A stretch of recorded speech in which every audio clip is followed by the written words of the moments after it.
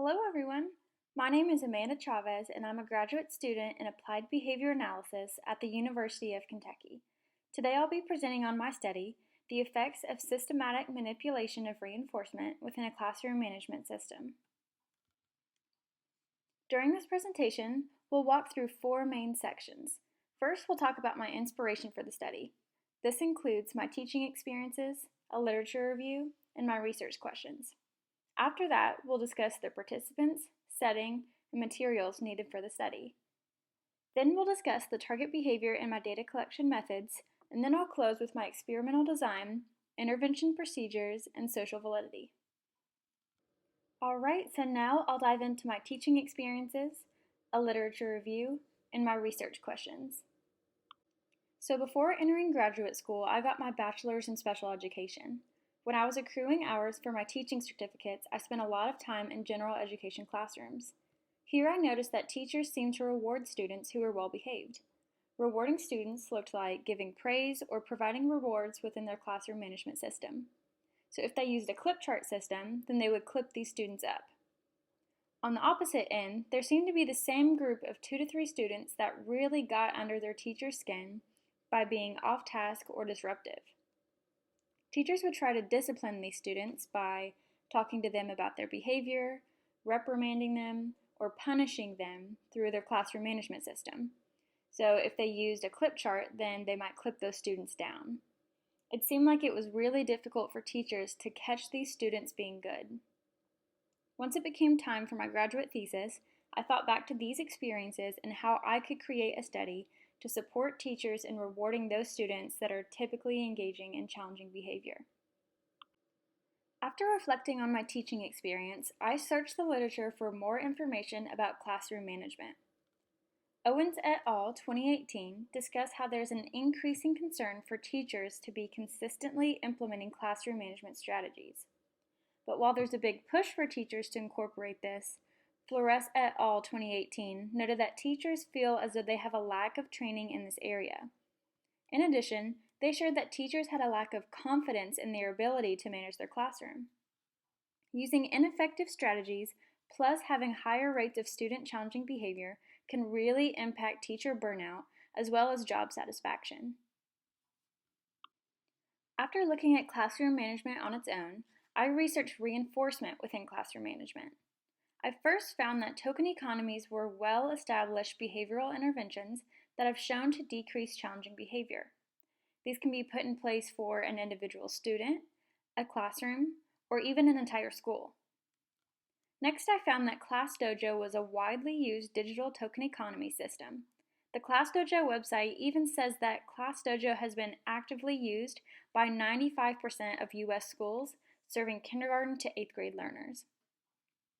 In a paper by Robacker and colleagues in 2016, it was discussed how teachers can provide dojo points and they have the option to remove them contingent on student behavior. They later recommended that points be provided frequently. But though research suggests that teachers award dojo points frequently, no objective method or recommendation exists that assists teachers in delivering reinforcement or recognizing opportunities to deliver reinforcement systematically. It's hypothesized that introducing a method for teachers to provide systematic and objective reinforcement will decrease student challenging behavior, improve the overall classroom environment, and enhance the success of the ClassDojo system. This led me to create 2 research questions. 1. What are the effects of the systematic manipulation of reinforcement within an online token economy classroom management system on challenging behavior of elementary students? And 2, how do the participants view the acceptability and feasibility of the intervention? Alright, now we'll discuss the participants, setting, and materials needed for the study. There are 4 total participants in the study, 1 teacher and 3 students. The teacher is a 5th grade general education teacher at a rural elementary school who implements ClassDojo for classroom management. Student 1 is a female who engages in off-task behavior. Student 2 is a female who engages in off-task behavior. And student 3 is a male who engages in off-task behavior. All 3 students attend the teacher's general education class and do not have a secondary form of behavior management in place. An example of this would be a check-in, check-out system. The setting for the study is the teacher's general education classroom during their reading and writing class. This was the class that the teacher reported had the highest rates of challenging behavior. For the study, the only materials the teacher needed was access to Class Dojo. For the intervention, the teacher needs popsicle sticks with 1, 2, and 3 written on them, and an interval timer. These 2 will be discussed in more detail later on. Now I'll transition into talking about the target behavior and data collection methods. So as you recall, all 3 students engaged in off-task behavior. Inclusion criteria for the student participants stated that students had to engage in a minor form of challenging behavior, such as off-task, out of seat, shouting out, anything like that. It just so happened that all 3 students engaged in off-task behavior. So I define this as any instance in which the student is engaging in an activity other than the task assigned and without teacher permission for 3 seconds or more. Examples of this include looking around the room out the window, manipulating materials, or getting out of seat when told to be writing, head down at desk when told to watch video, or talking or whispering to another student, making vocalizations, or shouting out when told to be at level 0. Non-examples include out of seat when given permission to sharpen a pencil or use the bathroom, manipulating materials in one hand while completing the assigned task, head down at desk with teacher permission, talking to partner about the assigned task during group work, or watching the teacher while she's giving directions. Partial interval recording will be used to collect data on off-task behavior. Each student will be observed for 10 total minutes during reading class. The 10 minutes are broken up into 10-second intervals. During each interval, the data collector is watching the student to determine if they were off task according to the behavioral definition. If they were off task during the interval, a plus was scored. If they were not, a minus was scored. At the end of the 10 minutes, the percentage of intervals off task is calculated and graphed. Here's the current layout of the classroom. The teacher stands at the front of the room near the board or moves throughout the rows.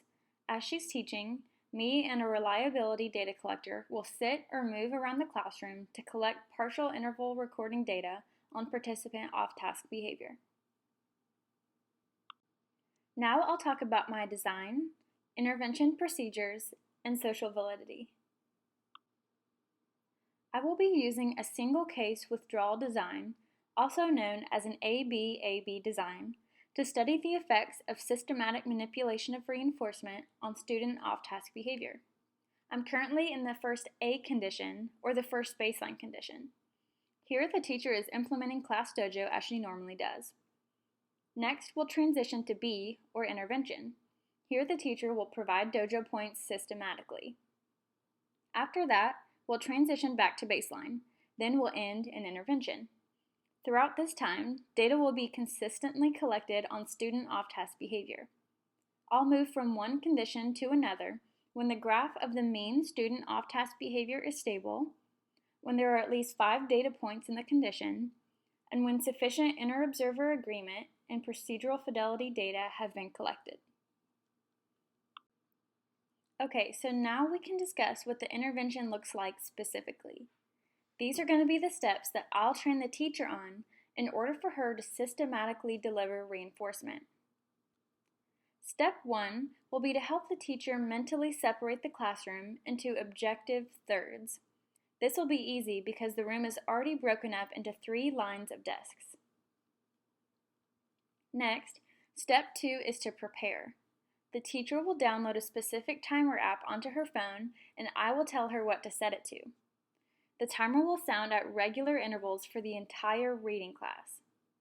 In the first baseline condition, I've been collecting data on the inner response time of off-task behavior for the participating students.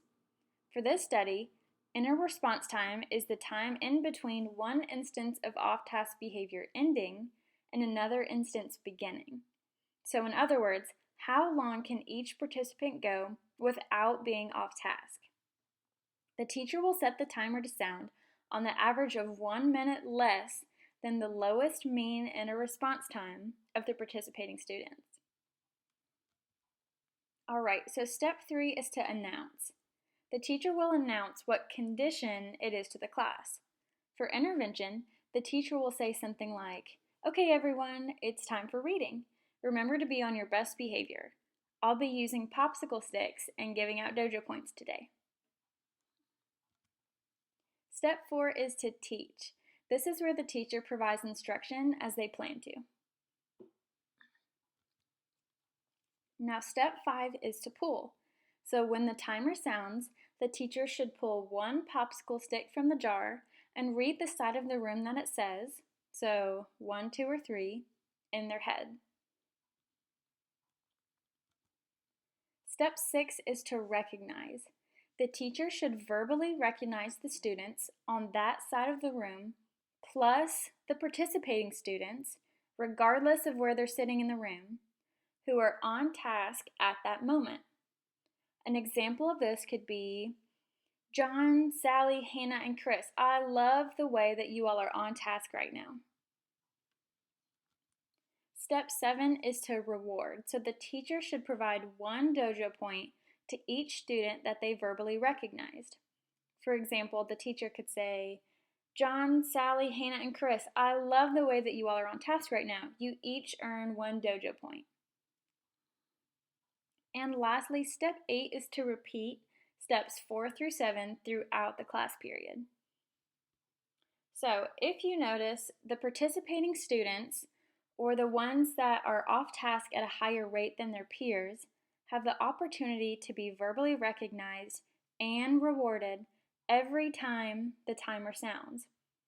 All the other students in the class have the opportunity to be verbally recognized and rewarded about every third time the timer sounds.